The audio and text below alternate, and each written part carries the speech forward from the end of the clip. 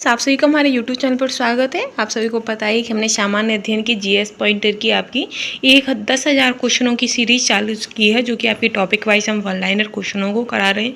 जो आपके previous year जो भी एग्जाम्स हुए उन सभी में ये क्वेश्चन आंसर पूछे गए हैं, जो कि आपके आने वाले इस प्रत्येक एग्जाम के लिए बहुत ज़्यादा इंपॉर्टेंट होंगे। तो प्राचीन भारत हमने कल कंप्लीट कर लिया था। आज से हम आपका स्टार्ट करेंगे मध्यकालीन भारतीय इतिहास। ठीक है, तो चलिए हम अपने मध्यकालीन भारतीय इतिहास पर चलते हैं। और फ्रेंड्स, अगर आप हमारे यूट्यूब चैनल पर पहली बार आए हैं तो प्लीज़ चैनल को लाइक शेयर करना बिल्कुल भी ना भूलें।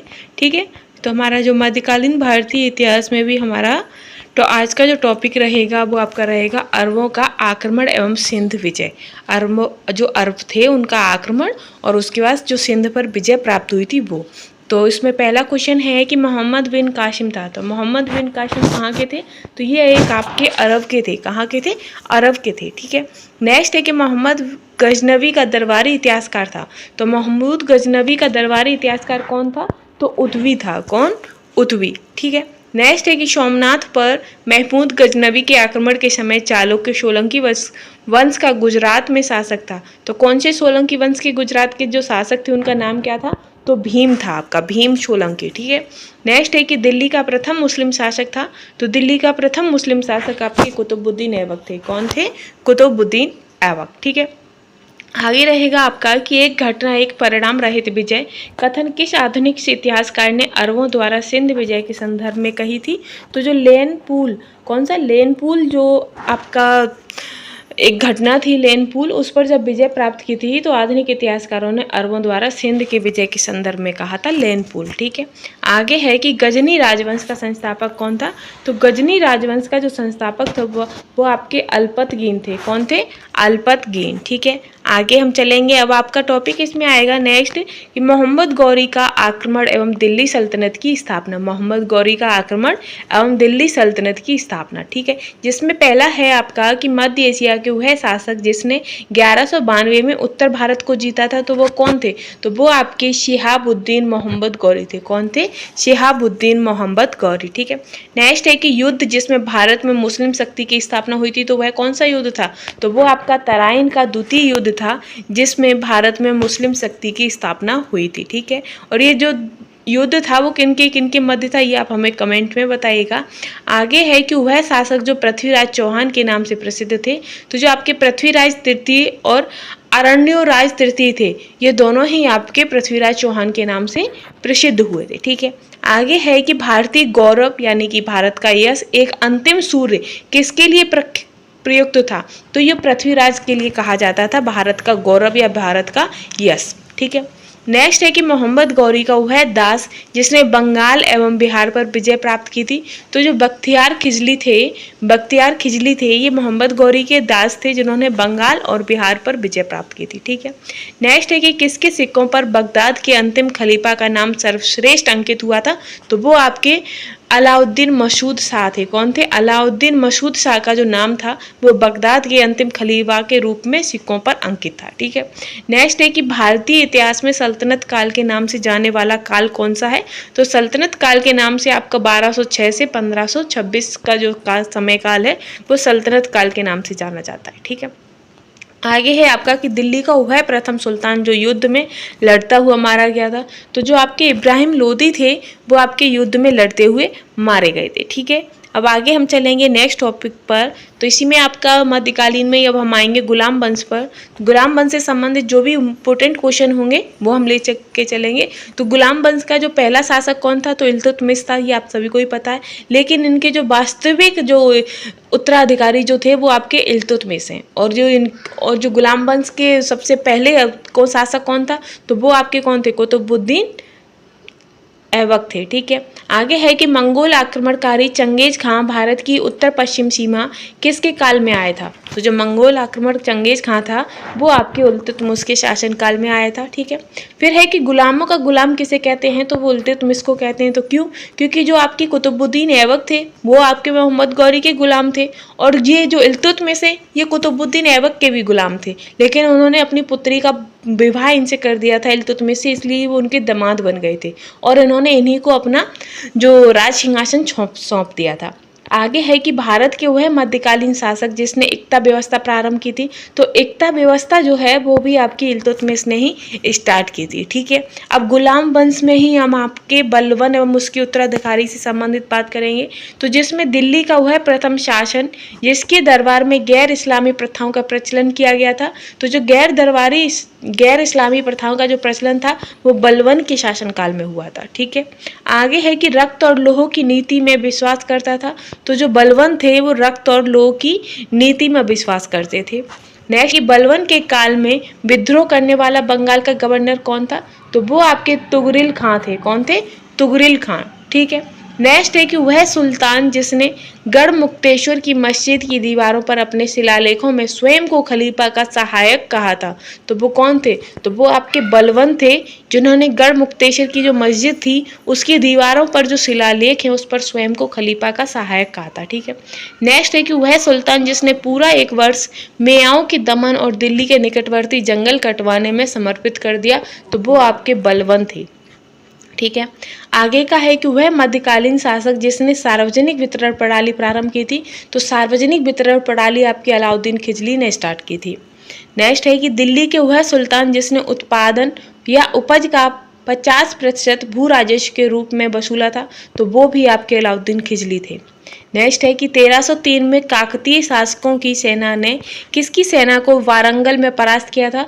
तो वारंगल में आपकी अलाउद्दीन खिलजी की सेना को परास्त किया था। ठीक है, आगे है कि घड़ी अथवा ग्रह लगाने वाला दिल्ली का प्रथम सुल्तान था। कौन था? तो अलाउद्दीन खिलजी था।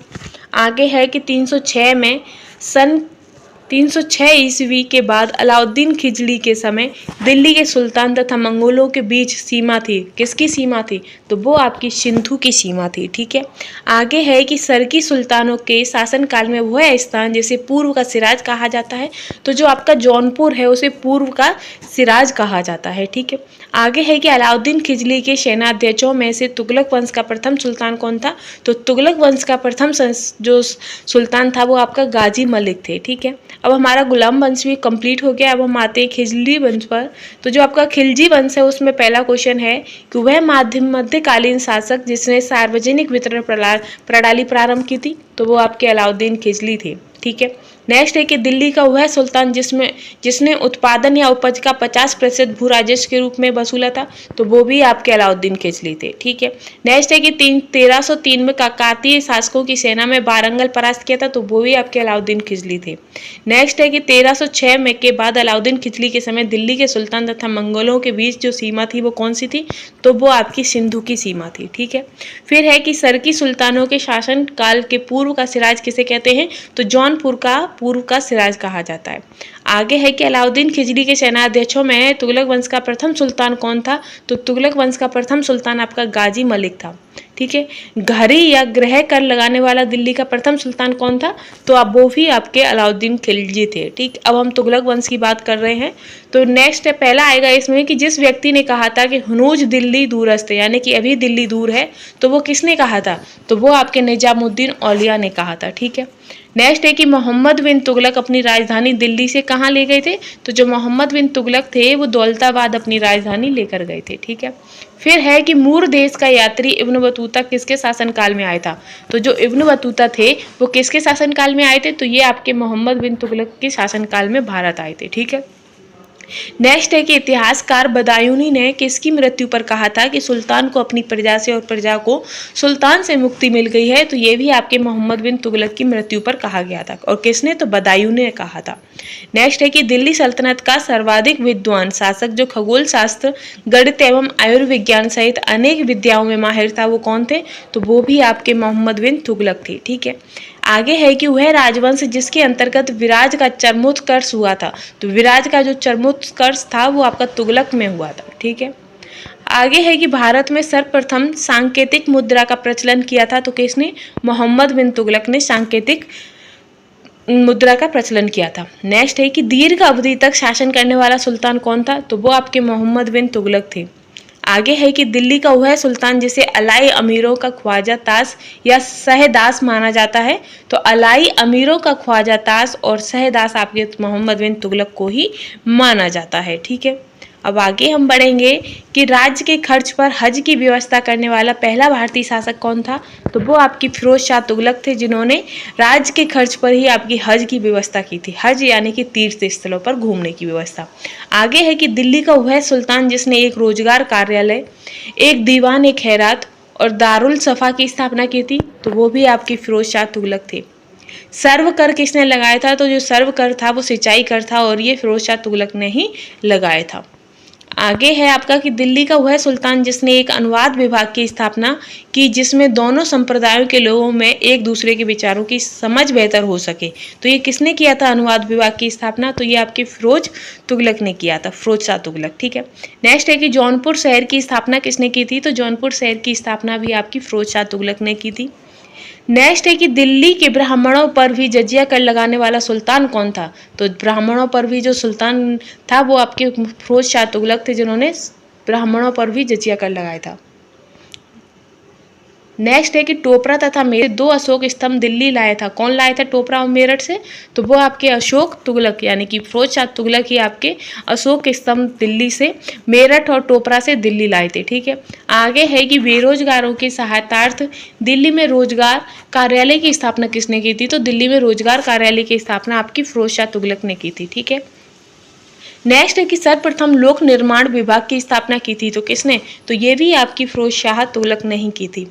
तैमूर ने किसके काल में भारत पर आक्रमण किया और दिल्ली को लूटा था। तो नसरुद्दीन मोहम्मद के काल में। किसके। नसरुद्दीन मोहम्मद के काल में तैमूर ने भारत पर आक्रमण किया था और दिल्ली को लूटा था। आगे है कि किस वंश के सुल्तानों ने सबसे अधिक समय तक देश में राज्य किया था। देश में राज्य किया था तो वो आपके तुगलक वंश के थे। ठीक है। आगे चलेंगे हम सैयद एवं लोधी वंश से। तो इसमें है कि लोधी वंश के पहला क्वेश्चन है कि गुलरुखी उपनाम से अपनी कविताओं की रचना कौन करता था। तो वो आपके सिकंदर लोधी करते थे। ठीक है। आगे है कि वह मध्यकालीन शासक जिसने उद्घोषणा किया था कि राजत्व की बंधुत्व है तथा बंधुत्व ही राजत्व है। तो ये आपके बहलोल लोधी ने कहा था। आगे है कि जिसके शासन में गुरु नानक देव ने सिख धर्म की स्थापना की थी। तो सिकंदर लोधी के शासनकाल में गुरु नानक देव ने आपके सिख धर्म की स्थापना की थी। ठीक है। आगे रहेगा आपका कि सल्तनत कालीन स्थापत्य एवं कला। अब सल्तनत काल की जो स्थापत्य एवं कला है वो हम देखेंगे। पहला है इसमें कुतुब मीनार के निर्माण में योगदान नहीं दिया। तो किसने योगदान नहीं दिया था। गयासुद्दीन तुगलक ने नहीं दिया था। बाकी आपके इल्तुतमिश ने इसका निर्माण खत्म कराया था और जो कुतुबुद्दीन ऐबक थे उन्होंने स्टार्ट किया था। ठीक है। और बलबन ने इनके ऊपर की मंजिल बनवाई थी। आगे है कि भारत में प्रथम मकबरा जो शुद्ध इस्लामी शैली से निर्मित हुआ था वह कौन सा है। तो वो आपका बलबन का मकबरा है। ठीक है। नेक्स्ट है कि दिल्ली की कुब्बत उल इस्लाम मस्जिद के प्रांगण में प्रसिद्ध लोह स्तंभ डैश की स्मृति में है। किसकी में। तो चंद्र की स्मृति में है। ठीक है।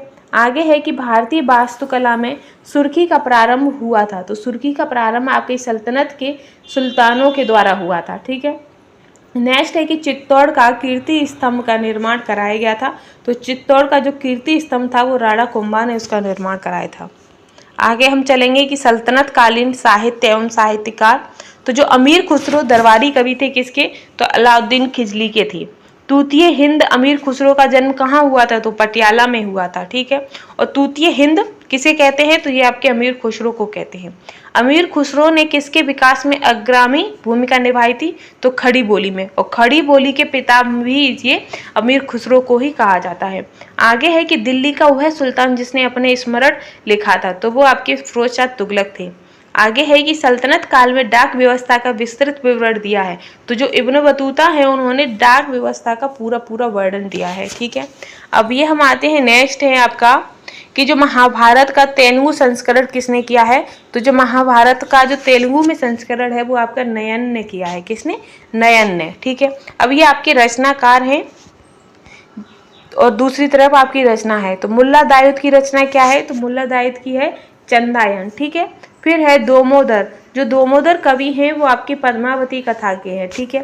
सोमनाथ आपके राग विबोध के हैं। अमीर खुसरो अंशिका के हैं। ठीक है। आगे है तबकात ए नासरी। तो तबकात ए नासरी के जो लेखक हैं वो आपके मिनहाज उस सिराज जसजानी है। ठीक है। फिर है तारीख ए फिरोज शाही। तो तारीख ए फिरोज शाही आपकी ऐशम ए सिराज अफीम है। ठीक।